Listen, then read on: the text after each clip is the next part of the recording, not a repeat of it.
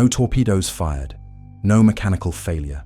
34 German sailors surrendered without a fight. The submarine floated defenseless. SMUB-85, Type UB-3, coastal submarine. 516 tons. Captured April 30th, 1918, North Channel. Filed as wartime surrender. Archived without investigation. But Captain Günther Krech's interrogation contained something unprecedented. He refused to claim engine failure. Instead, he testified that something from beneath the ocean had attacked his vessel. Something biological. Something with teeth that bent steel. Why would a German officer report defeat by a sea monster to his captors?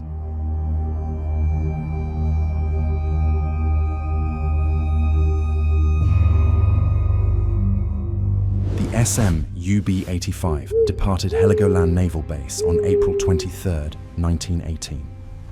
Captain Lieutenant Günther Krech commanded 34 crew members with 2 years of combat experience. The mission was standard late-war operations. Hunt Allied merchant convoys. Disrupt supply lines. Avoid destroyers. Return within 14 days. The Type UB-3 design was Germany's most reliable coastal platform, 182 feet from bow to stern. Diesel engines pushed 13 knots on the surface. Electric batteries provided 8 hours submerged at 6 knots. 5 torpedo tubes and 1 deck gun. The pressure hull withstood depths of 165 feet. The first 5 days passed without incident. The submarine travelled northwest through the North Sea, rounded Scotland's northern tip, and entered North Channel hunting grounds. Weather remained favourable. Radio intercepts indicated moderate Allied shipping traffic. On April 28th, at approximately 2100 hours, the submarine surfaced to recharge batteries. Standard procedure required running diesel engines for 4 to 6 hours during darkness. Captain Krech supervised from the tower bridge with 4 watchmen. Oberleutnant Heinrich Müller managed the engine room. The sea was calm, the moon nearly full. Visibility extended several nautical miles. No ships appeared on the horizon. At 22:15 hours, Matrose Friedrich Becker noticed movement in the water off the starboard side. He called attention to a wake pattern inconsistent with currents. The disturbance moved perpendicular to known flows. It approached the UB-85 at an angle suggesting deliberate navigation. Captain Krech ordered lookouts to track the movement. The disturbance grew larger as it closed distance. Water displaced in a pattern suggesting mass beneath the surface. The wake stretched approximately 30 to 40 feet. It moved against the current. It moved toward the submarine. Then it surfaced. The watch crew reported seeing a head breaking the waterline approximately 60 feet from the starboard hull. The head was disproportionately small relative to the body mass creating the wake. The eyes reflected moonlight. The mouth opened to reveal what Becker described as teeth-catching lunar illumination. The creature approached directly. Captain Krech ordered the deck gun crew to stations, but the 88mm weapon required several minutes to prepare. Against a target moving unpredictably in dark water at close range, small arms provided the only response. 3 men emerged with Gewehr 98 rifles, 7.92mm caliber. Effective range of 500 meters against stationary targets. The crew opened fire at approximately 60 feet distance. The creature did not submerge. Muzzle flashes lit the deck. Several rounds appeared to strike near the head region. The creature's response was not retreat. It accelerated. At 40 feet distance, the full body became visible in moonlight. Estimates ranged from 25 to 35 feet in total length. The body moved with lateral undulations suggesting serpentine structure. The surface caught light consistent with scales or armored plating. At 20 feet, the creature reached the hull. What happened next appeared in multiple depositions with consistent details. The creature did not attack the pressure hull below the waterline. It targeted the conning tower. The head rose above deck level.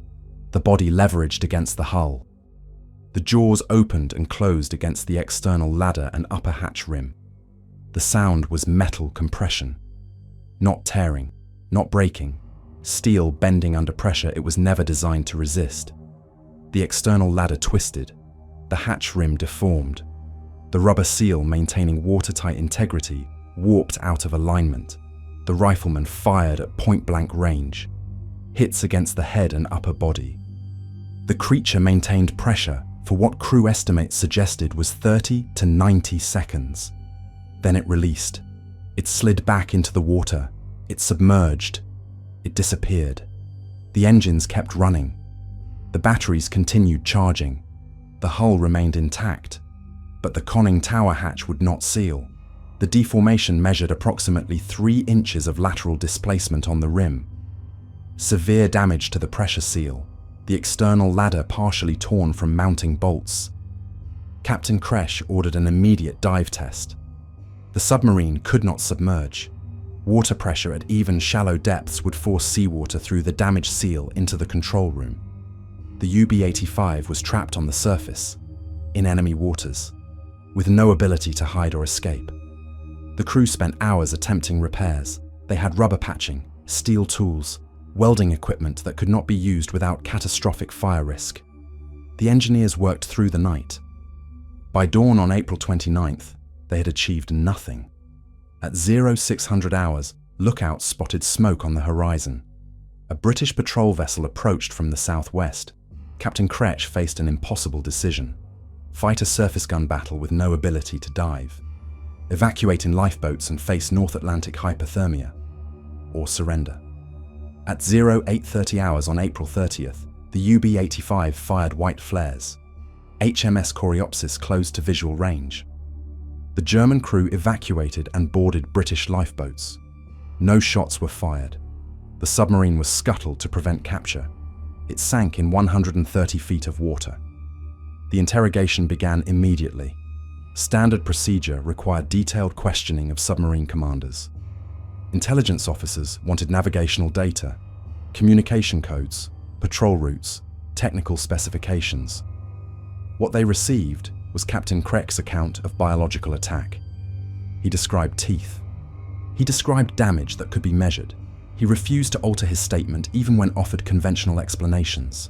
The British archived the report. They noted the physical damage. They recorded consistent crew descriptions. They marked the file with language that neither confirmed nor denied. Just facts. Just testimony. Just the record that something had gone wrong. And the commanding officer staked his professional reputation on an explanation that made no tactical sense. The interrogation transcripts reveal patterns that British intelligence found disturbing. When prisoners fabricate stories, details diverge under separate questioning. But the UB-85 depositions showed unusual consistency. The British separated officers from enlisted crew immediately upon capture. Captain Krech was interviewed alone. Commander James Blackwood of Naval Intelligence offered multiple opportunities to revise his statement. He suggested mechanical explanations: collision with debris, mine cable snagging the tower, depth charge stress. Krech rejected each alternative. Commander Blackwood asked what exactly had attacked the submarine. Krech's response was recorded verbatim: a creature approximately 30 feet in length, head measuring 3 feet from crown to jaw, eyes positioned laterally, consistent with aquatic predator anatomy, teeth triangular and reflective in moonlight, body moving with serpentine motion, skin scaled or plated. The creature demonstrated sufficient strength to deform steel structures designed to withstand depth pressure. Commander Blackwood then asked why Krech chose to provide this account rather than a conventional explanation. The transcript records a pause. Krech stated that falsifying combat damage reports would be dishonorable. British engineers would examine the evidence and discover any lie. His crew witnessed the same events and would provide consistent testimony regardless. The crew depositions followed the same pattern. Oberleutnant Heinrich Müller had been below deck in the engine room during initial sighting. He heard rifle fire. He felt impact vibrations through the hull when the creature made contact. He climbed to the tower afterward and inspected the damage. His assessment matched Krech's description. The hatch rim had been compressed by external force. The seal was destroyed. The ladder mounting showed stress fractures consistent with lateral pressure exceeding design specifications. Maschinenmat Otto Werner provided detailed damage analysis. As senior engine mechanic, he measured the hatch deformation, 3.2 inches of displacement on the vertical axis. The compression marks showed no tool patterns, no explosive scoring, no impact fracture, typical of collision damage. The metal had been squeezed, not struck.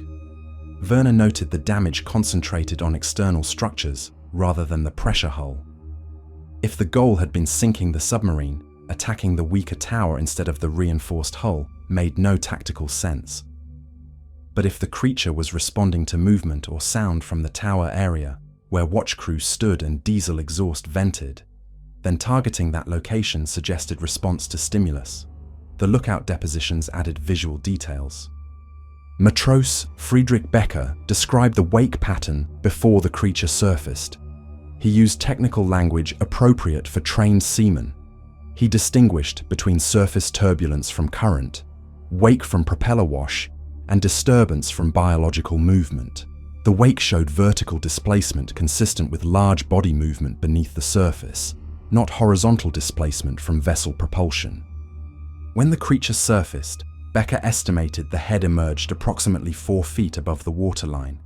He observed the mouth opening and closing like a dog testing bite pressure. The teeth caught moonlight because they were pale or white, contrasting with the darker head. He fired 7 rounds from his Gewehr 98 at ranges between 60 and 20 feet. At least 3 rounds struck based on visible impact spray, but the creature showed no injury response. What disturbed British intelligence was not the fantastic nature of claims, but the technical precision. These were not men describing folklore monsters. They were providing detailed reconnaissance reports, dimensions, behavior patterns, physical characteristics. The language was clinical, measurements were specific, timeline consistent. Commander Blackwood's final report noted that Captain Krech had served 2 years of combat patrol without previous incident. His record showed no mental instability or unreliable reporting. The crew's service records were similarly unremarkable. These were experienced submariners, not fresh recruits prone to panic. The physical evidence complicated analysis further. British engineers examined the UB-85's conning tower before the submarine sank completely. They recovered the damaged hatch and ladder sections. Metallurgical analysis confirmed unusual deformation patterns. Steel had been compressed with force estimated at several tons per square inch, concentrated on specific points rather than distributed across the surface. The pattern was inconsistent with explosive damage, collision impact, or structural failure from depth pressure. One detail stood out in the engineering report. The compression marks on the hatch rim showed irregular spacing measuring approximately 4 to 6 inches between pressure points. The pattern repeated along the curved surface. If the damage had been caused by biological dentition, the spacing suggested either multiple teeth of significant size or repeated biting. Engineers could not identify any known marine species with jaw structure capable of generating observed force against steel plating. The Admiralty faced an uncomfortable decision. Filing the report as combat loss required explaining why a functional U-boat surrendered without engagement. Filing as mechanical failure contradicted physical evidence and crew testimony. Filing as creature attack would create a document future historians would interpret as mass hysteria or fabrication. They chose bureaucratic compromise. The official record listed the UB-85 as lost to undetermined causes following damage to diving capability. Captain Krech's testimony was included without editorial comment. Crew depositions were attached as supplementary evidence. Engineering analysis filed separately. No conclusion drawn. No explanation offered. The case was marked closed and archived, where it remained until researchers accessed First World War naval records decades later. One document did not reach standard archive. A memorandum from Commander Blackwood to Admiral Sir Reginald Tupper, dated May 3, 1918, surfaced in separate naval correspondence. The memorandum noted the UB-85 incident was the second report of unusual biological contact involving German submarines in the North Atlantic within 12 months. It referenced a previous case file classified under similar ambiguous language. It requested guidance on whether pattern investigation was warranted. Admiral Tupper's response was brief. He acknowledged receipt. He stated wartime resource allocation did not permit investigation of unverified biological reports. He ordered no further action unless additional incidents involved British vessels. The memorandum was filed without follow-up. No official investigation occurred, no zoological experts consulted, no additional patrols ordered. The British returned to standard anti-submarine operations. The German Navy received only standard notification that one submarine had been lost with crew captured. The war ended 7 months later. The UB-85 became one of hundreds of submarines lost during the conflict. The crew was repatriated to Germany in 1919. Captain Krech returned to civilian life. None of the crew members published memoirs or gave public interviews. The official files remained classified under military secrecy protocols for decades. The story might have remained buried if not for routine infrastructure work in 2016. Western Link Energy Company was installing underwater power cables between Scotland and England. Survey equipment mapped the seafloor with precision sonar and remotely operated cameras. At 130 feet depth, the survey team identified wreckage consistent with a World War I-era submarine. Dimensions matched Type UB-3 specifications. Location corresponded with approximate coordinates where the UB-85 was reported scuttled. Maritime archaeologists from the University of Ulster examined footage and confirmed wreckage characteristics consistent with the lost German submarine. The discovery generated international media attention. The story of Captain Krech's sea monster testimony resurfaced after nearly a century. The remotely operated camera footage revealed something the original British reports had not mentioned. The conning tower section showed damage beyond what scuttling procedures would cause. The hatch area displayed deformation inconsistent with internal flooding or explosive demolition. The external ladder was not simply torn free. It was twisted in patterns suggesting force applied from outside the vessel rather than internal pressure or collision. Archaeologists could not provide definitive explanation. 98 years of saltwater corrosion, biological growth, and sediment accumulation obscured original damage patterns.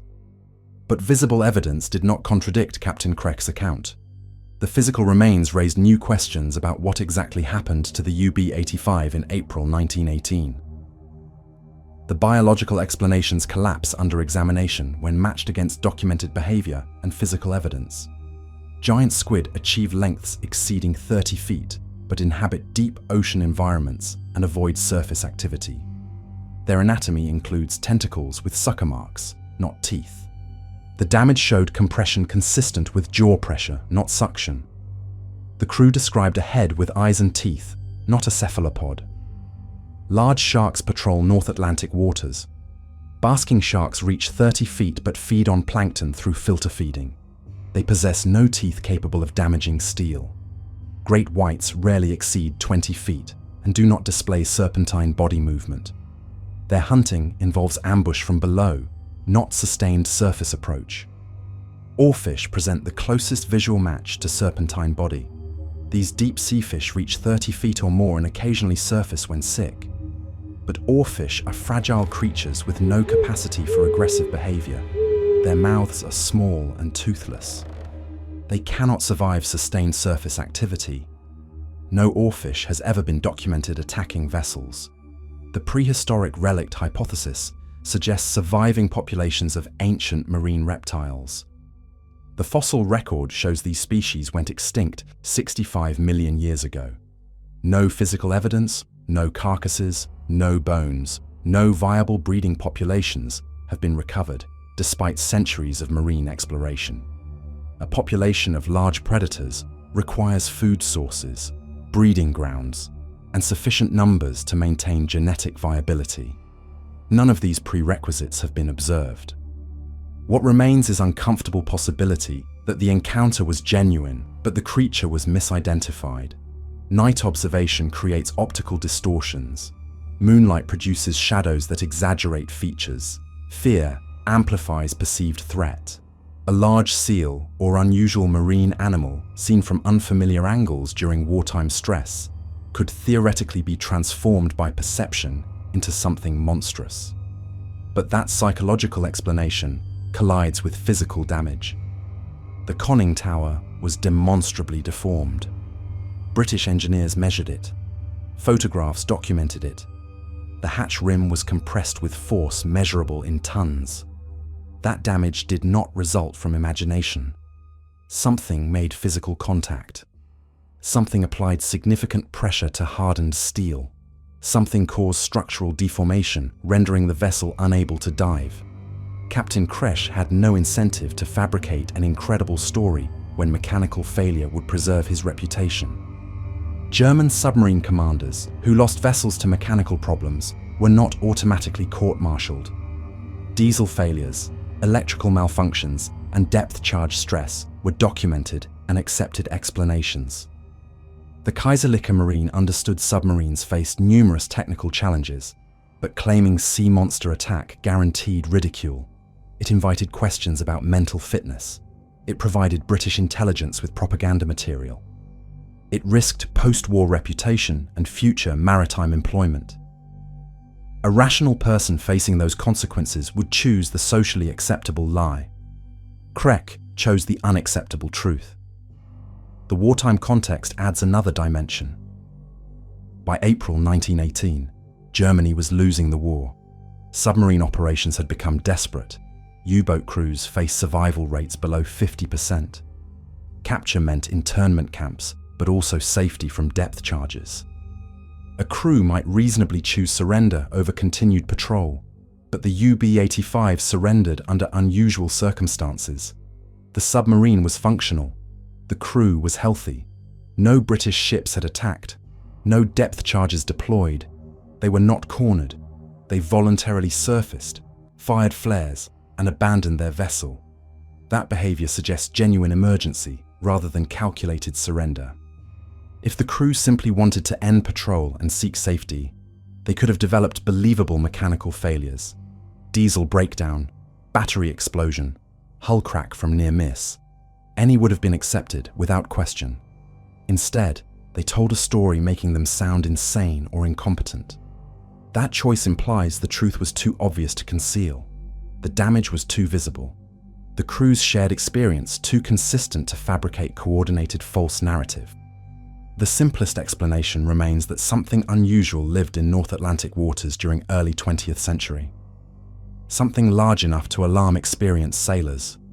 Something aggressive enough to damage military submarines. Something rare enough to avoid frequent vessel contact. And something that either died out, migrated to remote areas, or learned to avoid ships after war increased naval traffic and noise pollution in previously quiet ocean zones. That explanation requires accepting uncertainty. Comprehensive marine biology knowledge is recent achievement. Deep ocean remained largely unexplored in 1918. Sonar technology was primitive. Underwater photography did not exist. Large portions of seafloor were unmapped. The possibility that unknown species inhabited those waters is not scientifically unreasonable. It simply lacks confirmation. But the UB-85 case does not hinge on proving what the creature was. It hinges on explaining what happened to the submarine. The documented facts point to a single conclusion. The submarine was damaged. The damage disabled diving capability. The crew surrendered because they had no tactical alternative. The commanding officer reported the cause honestly, because lying would be discovered when British engineers examined physical evidence. The final question is not what attacked the UB-85. The final question is institutional. Why did naval authorities on both sides choose to archive the incident rather than investigate it? Why did the British Admiralty decide resource allocation did not permit examination of physical evidence suggesting unknown marine life capable of damaging military vessels? Why did the German Navy not interview returning crew after the war to gather information about potential threats? Why did both institutions treat this as administrative curiosity rather than tactical concern? The answer lies in bureaucratic decision-making during wartime. Investigating unusual incidents requires diverting personnel, equipment, and funding from immediate operational priorities. The British focused on defeating U-boat threat through conventional means. The Germans focused on maintaining submarine production and crew training. Neither side had spare resources to pursue biological mystery that might yield no practical military application. But that pragmatic explanation creates its own discomfort. It means institutional efficiency was prioritized over understanding a phenomenon that had disabled military submarine in active combat waters. It means evidence was collected, documented, filed, and ignored because truth was too strange to fit existing operational frameworks. It means somewhere in North Atlantic, something existed that could threaten steel vessels, and the world's most powerful navies decided uncertainty was preferable to investigation. The documented facts are these. On April 30th, 1918, the SM-UB-85 surrendered to British forces after sustaining damage-disabling diving capability. The conning tower hatch showed compression deformation measured at 3.2 inches. 34 crew members provided consistent testimony about encountering large marine creature. The commanding officer filed official report attributing damage to biological attack. British engineers confirmed structural damage inconsistent with conventional combat or mechanical failure. The most coherent explanation emerges not from identifying what species attacked the submarine, but from understanding what circumstances would produce the documented outcome. Large marine animals, disturbed or disoriented, have demonstrated aggression toward vessels throughout maritime history. Whales have rammed ships. Sharks have bitten propellers and rudders. Giant squid have left sucker marks on submarine hulls. These encounters occur when vessels enter breeding territories, feeding zones, or migration routes at times when marine life is stressed by environmental factors. April 1918 marked the 4th year of unprecedented underwater noise pollution in North Atlantic. Thousands of explosions from depth charges, torpedoes, and surface artillery had been detonating in waters previously characterized by relative quiet. Sonar pinging added artificial sound to environment where marine mammals relied on acoustic communication and navigation. The cumulative effect on deep water species remains unknown, but behavioral disruption is biologically plausible. If a large predator, possibly rare or deep-dwelling species driven to surface waters by noise stress or prey scarcity, encountered the UB-85 during vulnerable night operations, defensive or territorial aggression would explain the attack pattern. The creature targeted noisy, moving structures on the submarine's tower rather than silent hull. It did not attempt to consume or disable the vessel completely. It bit and released, consistent with warning behavior rather than predatory feeding. When rifle fire provided negative stimulus, it withdrew. This explanation requires no unknown species. It requires only accepting that documented marine life, under wartime stress conditions, might display atypical behavior toward unfamiliar threat. The serpentine body movement could represent large eel species, oarfish displaying unusual surface activity, or even sharks seen from angle that distorted profile in moonlight. The teeth and jaw strength needed to dent steel exist in several large marine predators. The size estimates fall within range of confirmed biological specimens. What makes Captain Krech's testimony compelling is not that it describes something impossible, but something possible he had no professional incentive to report honestly. He could have blamed mechanical failure. He could have claimed collision with debris. He could have cited any conventional explanation. Instead, he told truth as he experienced it, knowing the consequences to his reputation. That choice suggests evidence was too obvious to conceal, and crews' consistent observations too uniform to coordinate false narrative. The consequences played out predictably. The British archived the report without investigation. The German Navy received notification of lost submarine with crew captured. No follow-up research conducted. No marine biologists consulted. No additional patrols investigated the area. The institutional response was to file the incident under administrative closure and move on to operational priorities. Captain Krech returned to Germany after the war. He did not publish memoirs. He did not give interviews. He disappeared into civilian life without leveraging his strange experience for attention or profit. The crew members similarly vanished from public record. None sought publicity. None contradicted the official account. Their silence suggests either shame at being associated with an incredible story or simple exhaustion with a war that had cost Germany everything.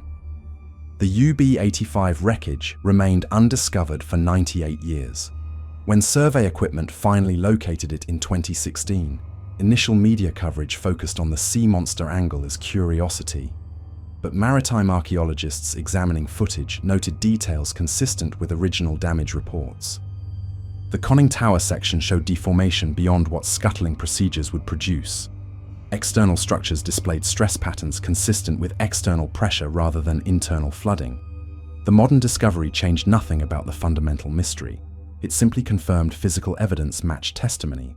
Something had damaged the UB-85 in manner disabling its diving capability. Something had terrified experienced crew, badly enough they chose surrender over continued patrol. Something had convinced commanding officer to file official report that would follow him for life. The archived files contain measurements. The depositions provide testimony. The photographs preserve damage. The story is documented. But documentation without investigation is simply expensive storage. And expensive storage of uncomfortable truths is how institutions ensure some questions never get answered. 106 years after the incident, the UB-85 rests on the seafloor with damaged conning tower still visible to remotely operated cameras. The evidence remains. The mystery remains. Captain Günther Krech's official statement remains in British naval archives, filed under causes undetermined, waiting for explanation that may never arrive. What attacked the UB-85 may never be proven with scientific certainty. But what disabled the submarine is documented fact. What terrified 34 German submariners into surrendering to their enemies is preserved in sworn testimony never contradicted by crew survivors or physical evidence. The creature may remain unidentified, but the incident itself is as real as the steel that bent under pressure in April 1918. If physical evidence matched testimony and testimony was consistent across 34 independent witnesses, and the commanding officer staked his reputation on incredible explanation rather than accept convenient lie, then why did no one investigate what really happened?